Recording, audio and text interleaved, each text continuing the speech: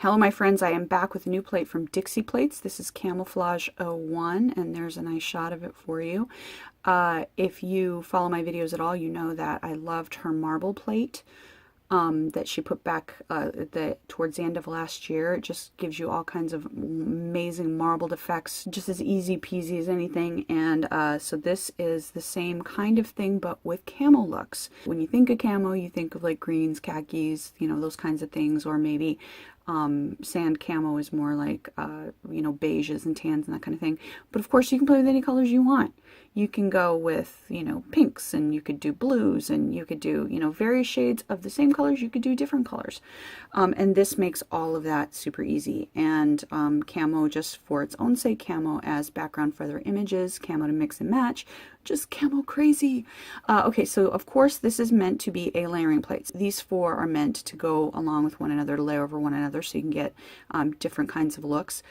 This one and then these two go very well together, and then these three I believe are meant to be layered over each other. Now you can mix and match and get effects that don't necessarily even look, you know, they could look like camo, they could not look like camo, depending on which ones you mix and match.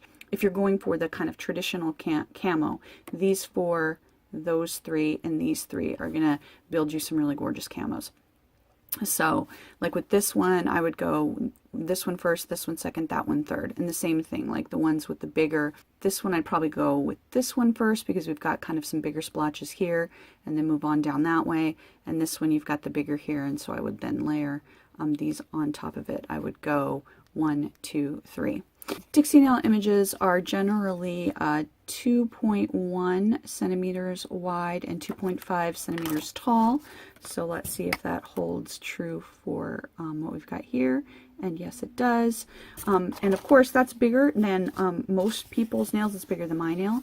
So you want to double check when you're playing with this and see, you know, which area of these you want to get. So here you might want to get like a big, wow, that also would be great for just clouds on its own in a manicure if you wanted to do just clouds. Beautiful. But yeah, so maybe you want that, or maybe you want to have more of the kind of a negative space, so you might pick up from there. So play around with that a little bit, and you can get different kinds of looks from the different images depending on where you pull. Like if you pull down here, you're going to get, you could get your stamping polish almost covering almost your entire nail, and then you're going to get that coming over here to cover that color, and then finally a little bit of an accent there. So you can get a ton of different looks even just from those three images depending on where you want to pull it from. And you know, maybe after you play around with it, if you pick from this area, maybe that looks best to go 1, 2, 3. Maybe if you're picking from this area, you like it better if you go 1, 2, 3. So play around, have fun, lots of fun, and let's go play around now. Okay, so I spent a couple of hours doing some live swatching for you for a couple of videos, and the files were not usable. So I'm just going to show you the looks I did, because luckily I still have those. This is gold polish. I will link all the polishes down below in case you see something you want to grab. This is a gold metallic polish, and then I stamped over it in yellow, orange, and red. So I wanted a sort of a summer goddess sort of look, so not your traditional camo. This one is a white base, and then I stamped in 3 shades of pink and with silver. And one of the cool things about this pattern is, look at how this just is almost, you know, it's not a dotticure exactly, but it's kind of a blobicure. And this will look gorgeous under stamping for Valentine's Day or any kind of love manicure. So don't necessarily just think of these as camo, think of these as background patterns. And on that same kind of note, this, I love how this came out. So this is black, and then I stamped in metallics over it.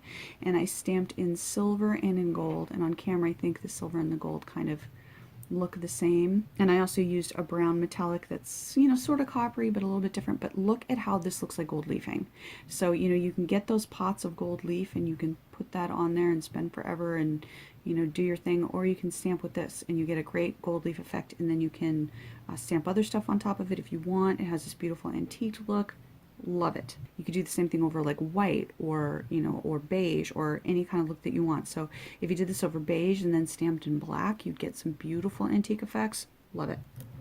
And then of course this is the traditional camo. So this I did green. I didn't do a black. I did kind of a dark silvery gray, and then of course some brown.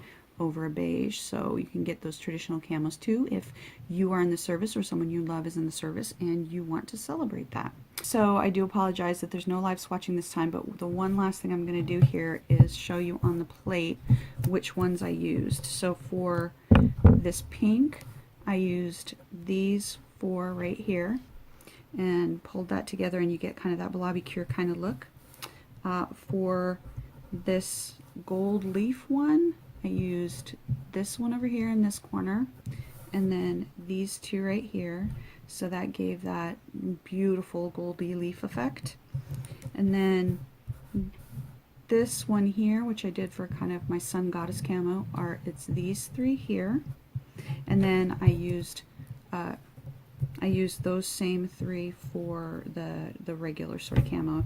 And this was the first time that I tried stamping with the camo, and I lined up on this side and I didn't quite get it all the way over. So make sure the first time that you're trying this out that you're not just kind of line it up, of course, but then make sure that you have enough of your image to get all the way across.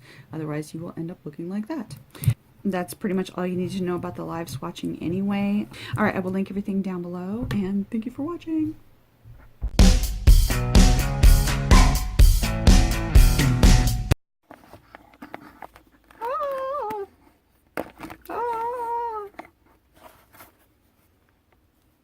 Hello, my friends.